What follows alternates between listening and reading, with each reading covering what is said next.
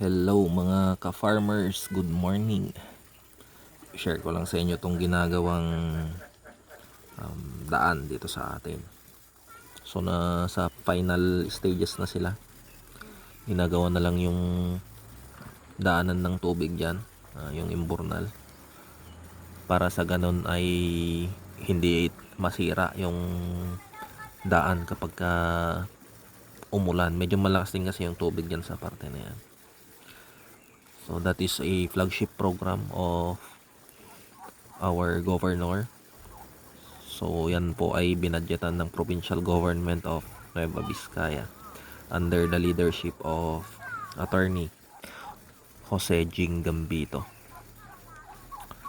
And for the last 30 years, hindi po natin inexpect na mabubuksan na nga po ito ulit. Kasi ito ay sinimulan nung batang-bata pa ako noon.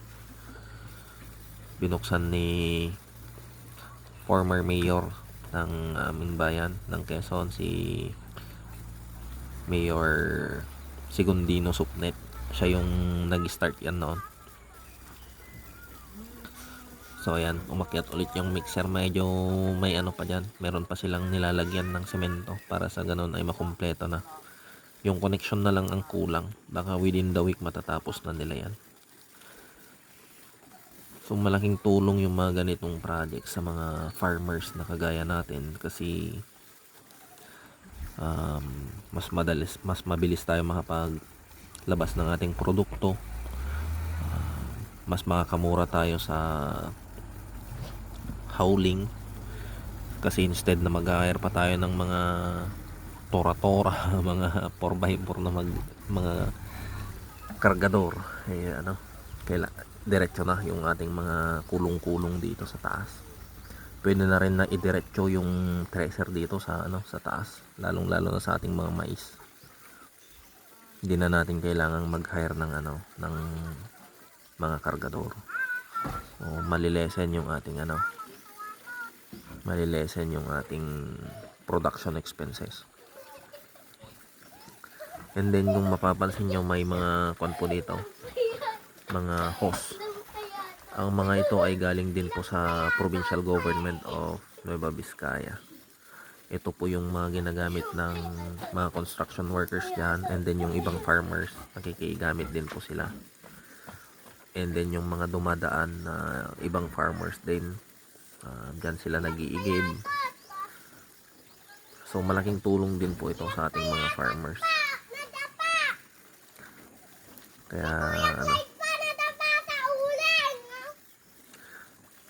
Kaya magandang bagay din na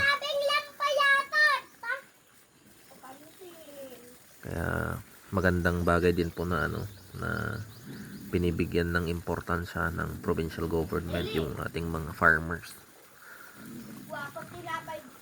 Sana yung ibang local government units ganun din, mayroon silang support sa ating mga farmers para sa ganun ma-improve naman yung kanilang mga income, kasi talagang masakit sa bulsa ang mag-farm.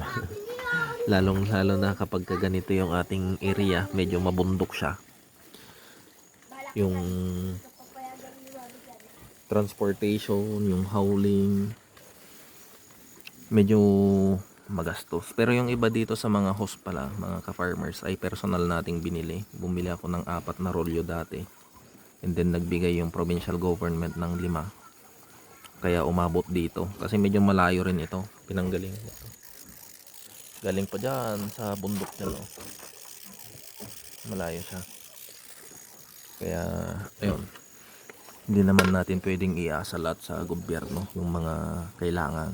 So, kung ano man yung naibigay nila, magpasalamat tayo, and then na lang tayo, makipagtulungan din. Kaya ito, bumili rin kami ng iba para umabot dito sa mga abot ng mga tao, and napapakinabangan na ngayon ng mga kasama natin dito sa barangay, lalong-lalo na itong mga nagtatrabaho dito sa daan. Diyan sila kumukuha ng tubig na inumin, pangluto, pang everyday use, panligo, ganyan.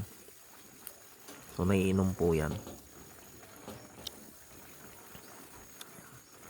So hopefully within the week matapos na rin ito para maging fully operational na siya. Special thanks to the provincial government of Nueva Vizcaya under the leadership of Honorable Attorney Jing Gambito.